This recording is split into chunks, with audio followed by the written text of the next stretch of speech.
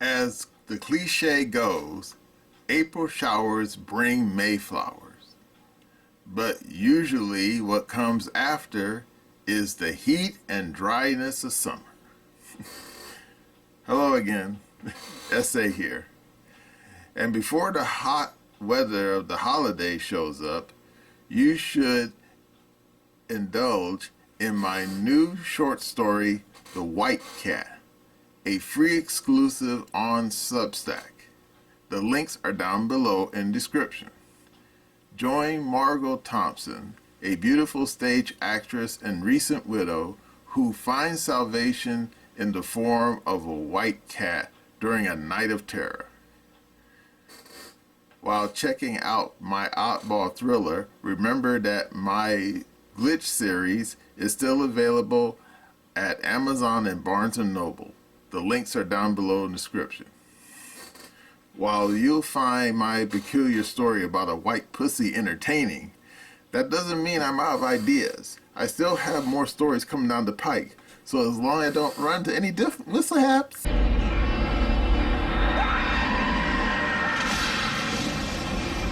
you'll see those stories as well. Now let's get back to the video. Hello again, Essay here. What does beggars can't be choosers truly mean? Well, I guess it's self-explanatory. If you're, down on your luck, and someone offers you a little help, don't be sitting there and getting all your nose pointed up in the air and demand more. I mean, you're lucky you're getting what you're getting.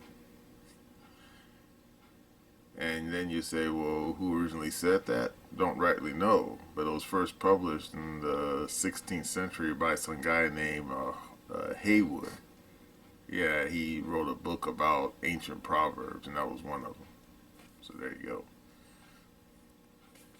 But apparently some people never read that proverb, because how many times have you heard stories about people who were down on their luck and you offer them $1 and they say, hey, can I get $10 and a blowjob? Yeah. Precisely. Yeah. And then you say, someone wouldn't say something like that. Oh, really? You think so? Guess you never hung out in the lower part of town, metaphorically speaking. Yeah. Because from a personal experience, that's happened. Someone's out there begging and they say, hey, can you help me get something to eat? And then you say sure, and you go into the store and you get them something, you come out, and then they say, well, I didn't really want that, I wanted something else. Yeah, that's happened. And I'm sitting there thinking, hey brother, I took the time out of my busy day to get you something to eat, and now you don't want it because it wasn't what you wanted? Really, dude? Yeah.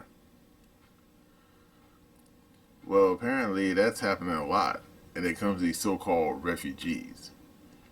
Because right now as we speak, out there in Denver, you got a bunch of people who are begging, and these people are not even homeless, well, in a matter of speaking.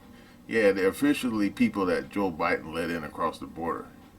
Problem is, old stupid Sleepy Joe and that clown Mayorkas, can't forget about him, let the people in and then dump on the sidewalk of America, on the streets of America with nothing. No address, no way to get an address, no job, no way to get a job, and no food, and no way to get any food. And then, of course, at that point, you said, oh, you're full of beans. Nope. That's actually happened. And wait for it. You ready? It's not just happening in Denver. It's also happening overseas.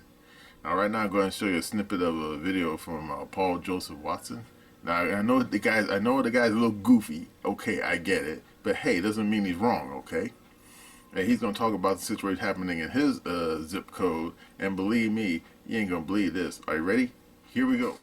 The media and activist narrative around sending illegal boat migrants to Rwanda while their claims are processed has taken on a familiar theme. It's inhumane, it's cruel. They're basically being shipped off to ramshackle detention camps. The UN says it's a fundamental violation of human rights. It will put their mental health and well-being at risk, and the long-term effects could be severe. Well, today we got a first look at the kind of accommodation they'll be sent to in Rwanda, and it's really not that bad. In fact, it's actually quite nice. In fact, it's better than many of the crappy hotels they've been living in England. The Sun newspaper visited one such hostel. 2.5 acres of lush manicured grounds, a well-stocked canteen and an air-conditioned marquee showing live football, a top-of-the-range floodlit five-a-side football pitch, basketball pitch, volleyball pitch, piping hot fresh-cooked halal meals prepared by dedicated chefs, outdoor barbecues, private rooms with countryside views, a hotel courtyard filled with tropical plants, access to computers and super fast Wi-Fi, and paid for public transport so they can come and go whenever they please. As they wait for that process to take place, they can relax here in what is a decent standard of accommodation. There's a pool table, a basketball court, a football pitch and a widescreen television set in communal areas. The Rwandan authorities have also made an effort to cater for different cultural requirements. There's a prayer room and a halal restaurant. Ishmael Bakina, managing director of the private company which runs the hostel, said when they arrive they will be surprised at the quality of the services that we provide. He's not wrong. Hope Hostel feels like a top-range African hotel which promises far superior accommodation than anything the asylum seekers are likely to have experienced before. Now, of course, the Conservative Party is a complete shit show, and their Rwanda plan is both doomed to fail and a complete waste of taxpayer money. The actual solution is simply to stop rolling out the red carpet and turn the boats away before they even get on shore to the UK. Something which Salvini did in Italy, which actually saved lives because it disincentivized them making the journey in the first place. But aside from that, taking the Rwanda policy at face value, since their living conditions and treatment in Rwanda, should they be sent there, appears to be perfectly adequate and reasonable, and in some cases in fact better than the accommodation they'd end up in the UK. Why are activist lawyers and left-wing politicians so insistent that they stay in our country? Why are they so keen in keeping the incentive in place for God knows how many more hundreds of thousands to get here? The accommodation seems perfectly fine. They can go through the application process to stay in Rwanda while they're there. But they don't want them to stay in Rwanda, do they? They want them here. They want all of them here. An endless wave pouring in for decades to come. Millions upon millions being added to the population. In an already overcrowded country with crumbling public services and a chronic housing shortage. This has been the plan all along. And it never had anything to do with the welfare and human rights of refugees. It's a political agenda, and they're weaponizing the very refugees they claim to care so much about in order to achieve. Okay, you saw that, right? Now, of course, at this point, you would say, well, these people are lucky that they're letting these knuckleheads in their country at all. And now they're bitching and moaning because they want to transfer them outside. Not sitting on the rock pile. No, but in a nice, nice little crib that most people would be very appreciative. I mean, you saw that, right? I mean, they got food, they got housing, they got cotton picking Wi-Fi, even got sports. I mean, what's to complain, right? But as you saw what Watson said, it's not about accommodations. It's about something a little bit more nefarious, to say the least. And of course, anyone who's been paying attention to the radical left knows that all of this crazy migration, some of it has to do with economics. Yeah, I mean, if you're sitting in some third world shithole, and before you even get on the keyboard, say, no, third world's not shithole, please get off the keyboard right now, okay?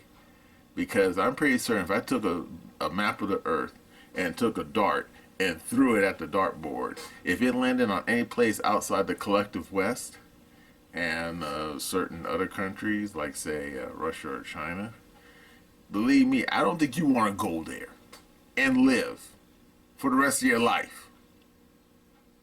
Okay? Are we clear now? Let's move on.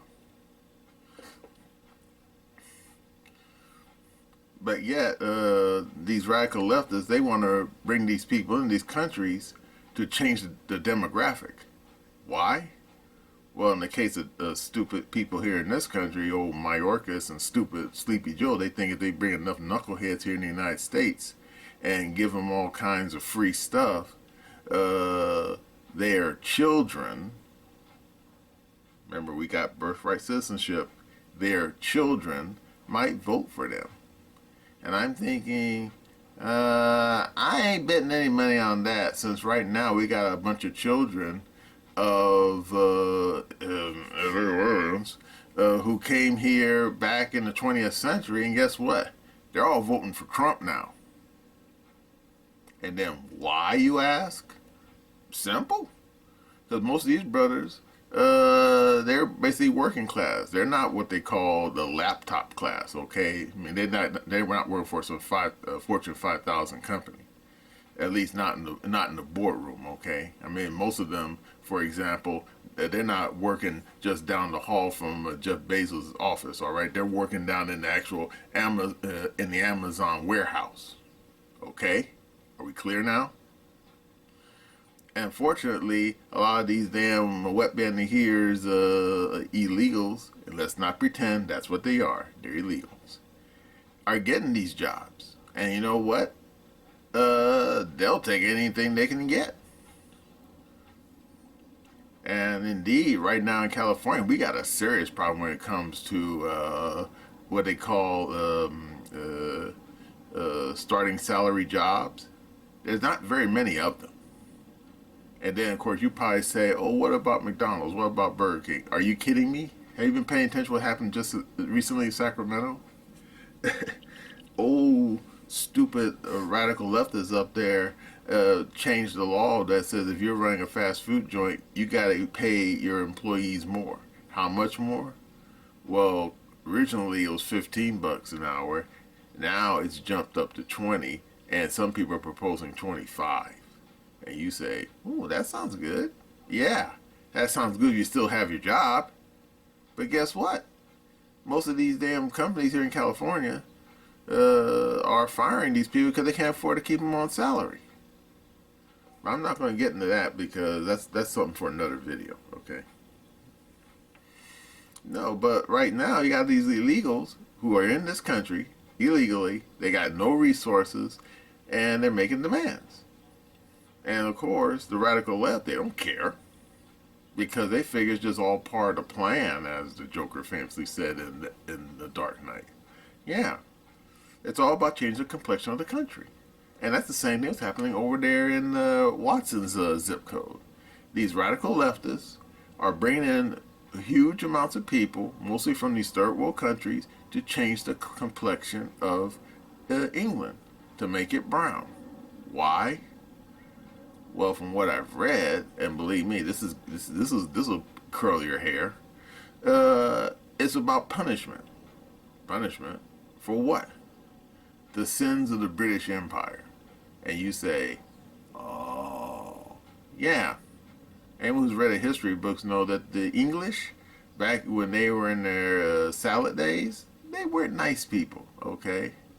I mean, they were running around the damn world practically with their hair on fire, planting their flag practically everywhere. In other words, North America, South America, yeah. Ever heard of Guyana? Yeah, that was a British colony at one time. And who can forget the Falkland Islands? Yeah, the people in Buenos Aires certainly can't. And of course, all over Africa, the Middle East, the Far East and whatnot. Yeah, they're planting their flag everywhere. And when they got to a new zip code, they didn't treat the locals very nice. Okay, let's not pretend. Okay, these English were not nice people back in their imperial days. But guess what? The empire's over. It's been over for at least almost like 70 years. Okay, and yet these radical leftists who can't let shit go are saying, okay, you English, you deserve to be punished for all the bad things you did in the past. Therefore, we're going to bring a whole bunch of brown people into your country. We're going to lower living standards, and we're going to make downtown London, or at very least downtown Manchester look just like Nairobi, or cotton picking Ivory Coast. No, where it's all shanties and dirt roads. Will the English sit there and put up with it? That's a very good question. Because when you consider recent history, the English have put up with quite a bit. But of course, everyone has their breaking point. And you don't have to watch that old Coppola film, Apocalypse Now, to know that. Yeah. But I think at a certain point, English, ordinary rank and file people are going to get fed up and put their foot down and say, enough, no more. It ends now. Yeah. Just like Jean-Luc Picard in First Contact, which I'm not going to get into. And here in this country, same thing. These damn illegal aliens are sitting there making big demands. And not just in Denver. Oh, no, they're doing the same thing in Chicago. And the people in Chicago, you know, ordinary folks, they're already putting their foot down right now and say, they're sitting there telling the people over at City Hall in Chicago, don't you dare be giving these illegals all these free stuff that you would never give us. And of course, is the city council of Chicago listening? Not to the citizens, not the taxpayers, not the people who voted for them and put them in office. No. And of course, wait for it, you ready? They're supposed to be having the Democratic Presidential Convention in, wait, are you ready? Chicago. So there you go. So all those people who voted to give all these illegal aliens free stuff, who have a D next to their name, you better get ready for some serious payback, because when that damn convention happens in a few months' time, you think the 1968 Democratic Convention was bad? Woo-wee.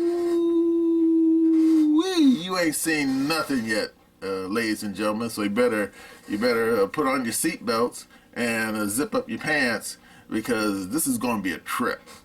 It's going to get lit in Chicago when the circus comes to town. Okay, well, that's all I gotta say about what's happening with these damn illegal aliens with their begging bowl out. And that's my opinion.